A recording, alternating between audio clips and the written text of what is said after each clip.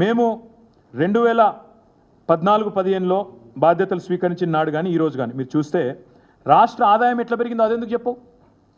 రాష్ట్రం ఆనాడు బడ్జెట్ ఏంది, ఈరోజు బడ్జెట్ ఏంది, అదెందుకు చెప్పవు నువ్వు? అది చెప్పడు, అది దాచుకోవాలి. మీరు చూడండి, ఆ రోజు పర్ క్యాపిటా ఇన్కమ్ మేము బాధ్యతలు స్వీకరించిన నాడు 2014లో తలసరి ఆదాయం రాష్ట్రంది 1,24,000, 14వ స్థానంలో ఉన్నాం. ఈరోజు 3,47,299 రూపాయలు, నంబర్ 1 స్థానంలో ఉన్నాం. మరి అదెందుకో చెప్పవు? మనసు వస్తలేదా, నోరు వస్తలేదా? అదేవిధంగా మీరు చూడండి, రాష్ట్రము ఆనాడు బడ్జెట్ ఎంత, ఈరోజు బడ్జెట్ ఎంత? 2000 మీరు ఒక ఆనాడు ఈనాడు చూస్తే ఇంకొక మాట, నేను ఇక్కడ రాష్ట్రాల గురించి చెప్పినప్పుడు కేంద్రం గురించి కూడా చెప్పాలి.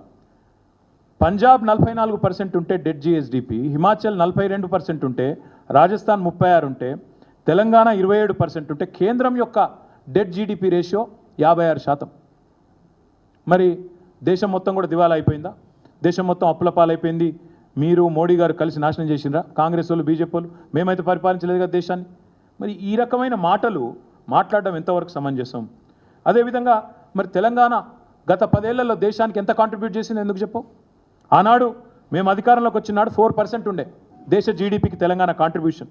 మరి ఈరోజు 5%, ఒక 1% పెరిగింది కదా దేశ జీడిపి కాంట్రిబ్యూషన్ తెలంగాణ. అదెందుకు చెప్పవు?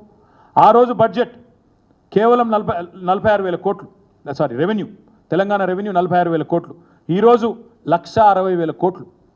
మరి 4 రెట్ల రెవెన్యూ పెంచితే అది చెప్పవు. మేము జీడిపి కాంట్రిబ్యూషన్ 1% దేశానికి ఎక్కువ పెంచితే చెప్పవు. హైయెస్ట్ పర్ క్యాపిటా ఈ దేశంలో మన రాష్ట్రం అని చెప్పవు. స్టేట్ ఓన్డ్ ట్యాక్స్ రెవెన్యూస్ ఇవాళ 80% పైన ఉన్న 2వ స్థానంలో ఉన్న రాష్ట్రం భారతదేశంలో 84.2%తో. ఎస్ఓటిఆర్ స్టేట్ ఓన్డ్ ట్యాక్స్ రెవెన్యూస్లో దేశంలో 2nd ప్లేస్లో ఉన్నాం. ఇది చెప్పవు. పర్ క్యాపిటా చెప్పవు. నో పావర్టీ ఇండెక్స్ ఇందులో 2nd ప్లేస్లో ఉన్నాం భారతదేశంలో. అది చెప్పవు. తెలంగాణ ఫిస్కల్ డెఫిసిట్ అంటే ద్రవ్యలోటు, అన్ని ఖర్చులు పోను ఎంత అనేది ఓవరాల్గా చూస్తే తెలంగాణ 14-15లో 1.9%, ఈరోజు 2.5%. కేంద్రం తంటాలు పడుతున్నది, 5.1% పెట్టుకొని దాన్ని చేరడానికి తంటాలు పడుతుంది ఫిస్కల్ డెఫిసిట్ టార్గెట్. ఇంత బాగా నడుస్తుంటే దీని మీద చిల్లర మాటలు. ఇంకా దరిద్రం ఏంటంటే రేవంత్ రెడ్డి కాకి అరుపులు. ఆయన అంటాడు మొత్తం నాకు అప్పులు కడతానికే పోతున్నాయి పైసలు, నెలకు 6,500 కోట్లు కడుతున్నా అంటాడు. సిగ్గు శరం ఉంటే ముఖ్యమంత్రి, నేను చెప్పింది తప్పైతే రుజువు చేయి లేదా రాజీనామా చేయి. నువ్వు అంటున్నావు 6,500 కోట్లు కడుతున్నా అంటున్నావు, ఇది ఆర్బీఐ డాక్యుమెంట్, నాది కాదు. దీని ప్రకారం ఆర్బీఐ ప్రకారం ఇప్పటిదాకా మీ గవర్నమెంట్ వచ్చినాక 12 నెలల్లో కట్టింది కేవలం 34,730 కోట్లు, అంటే నెలకు 2,900 కోట్లు. సిగ్గు ఉంటే, ఇజ్జత్ ఉంటే, మానం ఉంటే అయితే నన్ను తప్పన రుజువు చేయి, రాజీనామా చేసి పక్కకు. 6,500 కోట్లని ముఖ్యమంత్రి అవ్వద్దని చెప్పచ్చా? ఇది ఆర్బీఐ లెక్క 2,900 కోట్లు మాత్రమే అని చెప్పి. ఇంకా దారుణం చెప్తాం మీకు, ఇది ఆర్బీఐ లెక్క. ఇక కాగ్ వాళ్ళ లెక్క ఇంకా భిన్నంగా ఉంది. కాగ్ ఏం చెప్తుంది? కాగ్ లెక్క ప్రకారం ఇప్పటి వరకు ఇంట్రెస్ట్ పేమెంట్ మీద ఏప్రిల్ నుంచి అక్టోబర్ వరకు ఈ ఫిజికల్ ఇయర్లో 15,152 కోట్లు.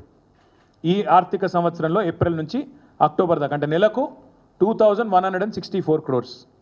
మరి మిగతా పైసలు ఎటు వీక్తున్నాయి? ఢిల్లీకి సంచులలో పోతున్నాయా? ఢిల్లీకి పోతున్నాయా? లేకపోతే నీ బ్రదర్స్ జేబులోకి పోతున్నాయా? ఏడికి పోతున్నాయి చెప్పు. మరి 6,500 కోట్లు కడుతున్నాను తప్పుడు కూతలు కూస్తున్నా తప్పుడు ముఖ్యమంత్రి. ఇక్కడ ఆర్బీఐ లెక్క ప్రకారం 2,900, కాగ్ లెక్క ప్రకారం 2,164 కోట్లు. మీకు ఇస్తా చూసుకోండి. ఇంత స్పష్టంగా ఉంటే విషయం ఇవాళ తప్పుడు కూతలు ముఖ్యమంత్రి కూస్తున్నాడు. అందుకే నేను అనేది దొంగనే దొంగ అని ప్రచారం చేసినట్టు ఈ మిగతా పైసలు ఎటుపోతున్నాయి రేవంత్ రెడ్డి చెప్పాలి.